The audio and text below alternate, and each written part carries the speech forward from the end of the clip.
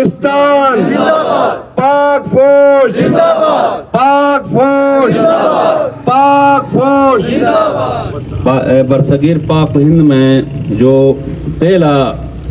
مسلمان ہو گیا محمد بن قاسم کے یہاں سندھ میں باب الاسلام جس کو داخل ہونے کے بعد جس نے پہلے اسلام قبول کیا، کہا جاتا ہے کہ اس وقت سے پاکستان وجود میں آیا تھا. پاکستان کا وجود ہی اسلام سے ایک منسلک ہے، ایک عنصر ہے، اور اسی منسلک اور عنصر کو آگے بڑھاتے ہوئے جب پاکستان وجود میں آتا ہے تو 1940 میں جو قرارداد پیش ہو گئی اسی سلسلے کی ایک کڑی ہے کہ اللہ کی طرف سے دی ہوئی ایک نعمت ہے، ایک تحفہ ہے، ایک امانت ہے، جس کی ہم نے امانت داری اور اس کا تحفظ، اس کی بقا کے لیے یہ اسلام کی اللہ کی دی ہوئی امانت سمجھ کے ہم سب بحیثیت مسلمان، بحیثیت پاکستانی ہم اس کی امانت داری کریں. امانت داری کا تقاضا یہی ہے کہ ہم اس کے تحفظ کے لیے، اس کی بقا کے لیے ایک فرد سے لے کر اجتماعیت پر اور قومی لیول پہ ہم سب متحد ہو کے، جس طرح آپ سب نے کہا کہ اس وقت جو موجودہ سچویشنز ہیں، حالات ہیں، اس تناظر میں ہم سب کا انفرادی و اجتماعی فرض بنتا ہے کہ پاکستان کے تحفظ کے لیے جو ہمارے ادارے ہیں، بالخصوص پاک فوج ہے اور جتنے بھی ادارے ہیں، ان کے ساتھ ہم کھڑے ہو جائیں، کیونکہ جو ہمارے تھنک ٹینک ہوتا، ہمارا امبریلا ہوتا ہے، وہ یہی بہتر سمجھتا ہمارے ملک کے لیے کیا بہتر اس وقت کی سچویشن میں. تو وہیں جو قومی پالیسی بنتی ہے، جو ہمارے کہ ہم سب کو رب کریم کا کروڑہا شکر ادا کرنا چاہیے، اور انشاءاللہ ہم صبح کی نماز سے ہی شکر کے سجدے کر کے اس وقت تک پہنچے ہیں، کیونکہ رب کریم کی عنایت، اس غفور الرحیم ذات نے اپنے عنایت سے، مہربانی سے مملکت خدائیداد اسلام کے نام پر بننے والی ایک ملک ہمیں عنایت فرمایا. آزادی کا جو حال احوال یا آزادی کی جو قیمت ہے، اگر دیکھیں میڈیا میں تو پتہ چلتا ہے کہ آزادی سب سے عظیم نعمت ہے، کیونکہ دیگر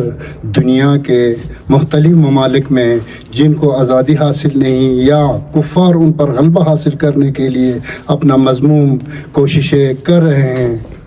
اب ہم اپنی آزادی کی اس نعمت کے لیے پروردگار کے حضور میں دعاگو ہیں، اور ساتھ ساتھ پورے دنیا میں، پورے خطے میں عالم اسلام کے جتنے مظلوم مسلمان بہن بھائی ہیں، ان کی آزادی، ان کی سکون کے لیے بھی دعاگو ہیں. اب آخر میں یہ میں بتانا چاہوں گا، ہم یہاں جمع ہیں 23 مارچ کی اس خوشی کو منا رہے ہیں. اس خوشی کا مقصد یہ ہے کہ 23 مارچ 1940 کو لاہور میں قرارداد پاکستان منظور ہوا تھا. آپ کو معلوم ہے کہ برصغیر پاک و ہند میں 2 قومیں رہتی تھی، مسلمان اور ہندو. 1935 کے بعد سے ان 2 قوموں کے درمیان بہت سی ناچاقیاں پیدا ہو گئی اور مسلمانوں کے لیے ایک آزاد خطے کی اشد ضرورت پڑی. تو اس وقت کے مسلم رہنماؤں نے آل انڈیا مسلم لیگ کی بنیاد رکھی اور اس جماعت کے تھرو مسلمانوں کے لیے ایک الگ خطاب بنانے کے لیے جدوجہد شروع ہو گئی، اور بالآخر 14 اگست 1947 کو قائد اعظم کی قیادت میں پاکستان معرض وجود میں آ گیا. پاکستان کو بنانے کے لیے